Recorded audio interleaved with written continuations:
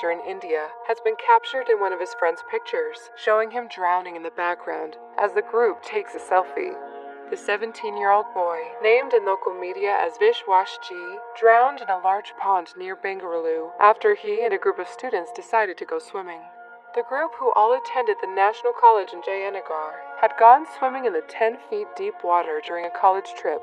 They had taken selfies together while in the water before leaving to visit a temple. Having realized Vishwas was missing around an hour later, the group then scrolled through the pictures they had captured in the day and discovered a selfie from the pond showing the top of his head floating in the background.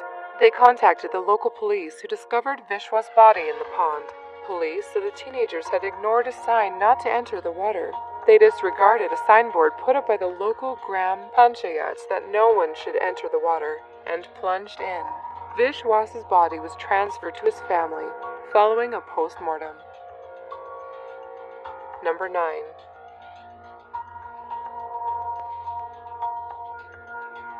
With the freeway shut down to a man threatening to kill himself on an overpass, a bunch of people in Los Angeles got out of their cars and figured it was a great time to take a group photo. At around 5:30 p.m., Thursday in April 2014, sheriff's deputies responded to a man threatening to jump onto the 105 freeway. Police had to shut down the freeway for more than 3 hours as negotiations moved forward. Luckily, police convinced the unnamed man to come down without injury, and he was detained. In all of this, however, KTLA captured some of the motorists roaming around the blocked freeway, with some taking selfies and group photos. And the rather tasteless group photo, originally posted with the hashtag #Jumper, you can see the suicidal man on the fence in the background.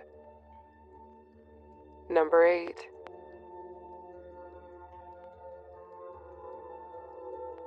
This photo, taken from a surveillance camera installed on a lamppost at Utsav Chowk in Kargar, in the Indian city of Mumbai, captured the last moment of a woman. 34-year-old Shilpa Puri was riding a scooter wearing a white helmet, but suddenly her scooter skids and a crane coming from behind her runs over her head.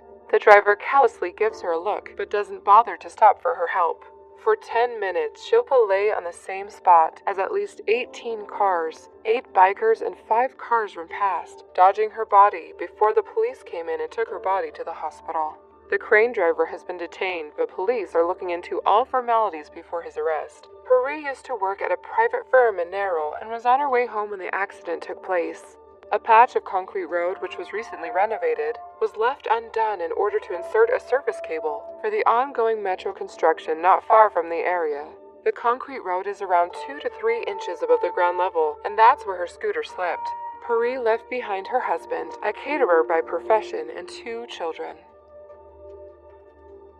Number 7.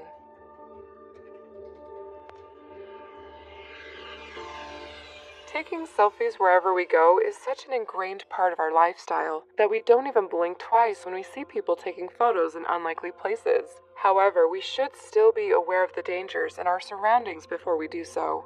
An Indonesian teen suffered serious injuries to the head when she went along with a group of friends to take a group selfie at the railway in Purworejo on December 6, 2017. The 16-year-old teen, Eli Hayati, had gone on a stroll along the railway with 3 other girlfriends and had been snapping photos throughout the way.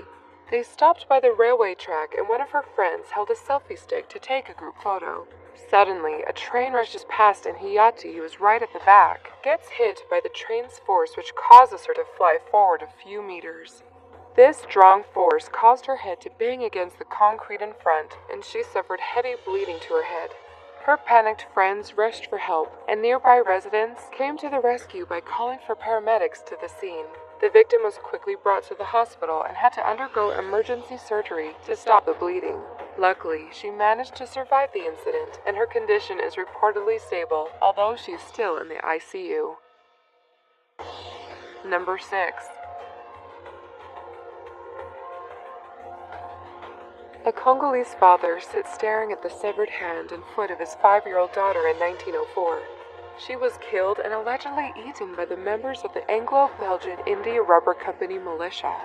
Photographer Alice Steely Harris took this of Sala as he sat in grief. His daughter Bali was killed along with his wife because of his failure to meet the rubber collection quota. Number 5.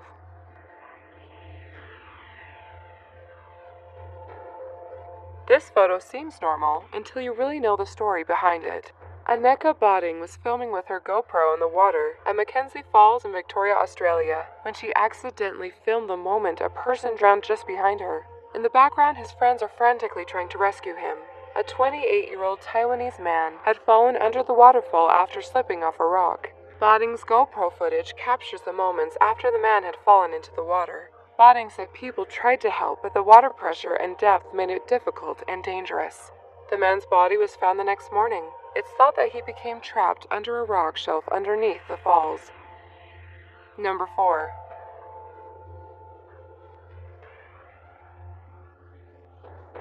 On November 1st, 2017, an 18-year-old college student named Audrey Emelyanikov from Moscow, Russia, got into an argument with his health and basic safety teacher, 44-year-old Sergei Danilov. After the argument, Audrey waited for a break in between classes when no students were present and then confronted his teacher. The teenager flipped out and stabbed the man several times until he was dead. Audrey then took pictures of the dead man's body lying in a pool of blood, along with him smiling and posting the pictures to his VK social media account. Moments later, he committed suicide by taking a circular electric saw that was used in class and sliced his throat. Sergei was found by his colleague teacher, who entered the teacher's office. Then, in several meters, he saw Audrey dead. Sergei leaves behind a wife and 3 children. According to Audrey's fellow students, there was a lot of conflict between him and Sergei, who was known for being strict. The teacher is allegedly to have recently threatened him to expel him due to more than 2 weeks of unexplained absence. Number 3.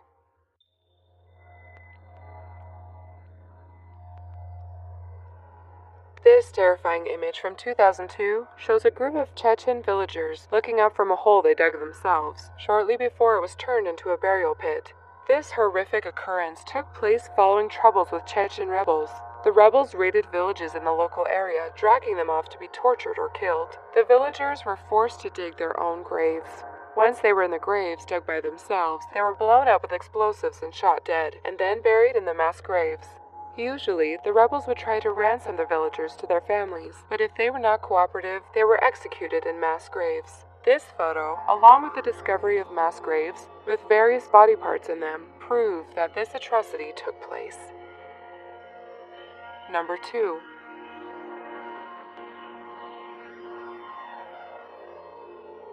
The final moments of Travis Alexander's life were nothing short of horrific. He was stabbed multiple times and almost decapitated before being shot and left for dead in his shower. Crime scene photos were shocking, but they were nothing compared to the chilling images found on a digital camera at the scene. Investigators retrieved deleted photos that showed Travis alive in the shower, posing for the camera as water cascaded over him. Then, in a final photo, the water turned red with blood as his killer accidentally took a snapshot of his murderer. In September 2006, 30-year-old Travis Alexander met Jodi Arias, 27, at a conference in Las Vegas. The pair began an intense long-distance relationship. Jodi was so smitten she joined the Mormon faith, but after just 5 months, their relationship hit the rocks. Travis told Jodi it was just physical and ended it. Jodi was devastated and moved to Travis's hometown of Mesa to work as a waitress. Travis told his family that she was stalking him, but he continued to secretly have sex with her. While Jodi thought that they were back on track, Travis still refused to commit, and after 2 years, she moved back to California to live with her grandparents. But it wasn't over. On 4 June 2018, Jodi murdered Travis after they had sex one last time and took explicit photos of each other. 5 days after the murder, Travis's friends went to his flat and discovered the bloody scene. He was slumped dead in the bottom of his shower, with his throat deeply cut, sliced from ear to ear, and a gunshot wound to the head. There were 27 stab wounds on the body. The single photo of what is allegedly Jodi Arias' foot next to Travis Alexander's body proves that she was guilty. The photo showed the back of Travis's head, with his arm raised and blood trickling down his neck, indicating that the photo was taken after the murder. Number 1.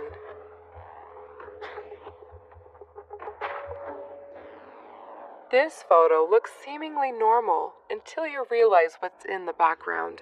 The very disturbing selfie shows Philippine schoolgirls smiling in a photograph in front of the disabled bus involved in the hostage crisis. The bus was unexpectedly being treated as a tourist site by people. Even police at the scene took photographs as souvenirs, smiles on their faces as if what was behind them was some famous sight. The story began on August 23, 2010. 8 Hong Kong people died after dismissed policeman Rolando Mendoza hijacked a busload of Hong Kong tourists hostage in Manila in a desperate attempt to be reinstated after losing his job over corrupt allegations. As the drama unfolded live on world television, police officers, instead of taking out the hostage taker by sniper fire, tried to enter the bus by breaking the door and windows with sledgehammers.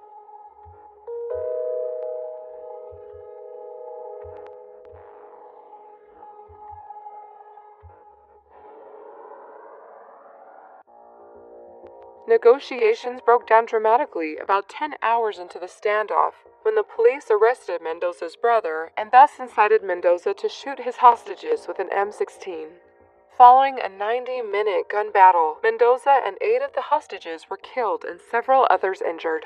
The Philippine and Hong Kong governments conducted several investigations into the incident. Both inquiries concluded that the Philippine officials' poor handling of the situation caused the 8 hostages' death.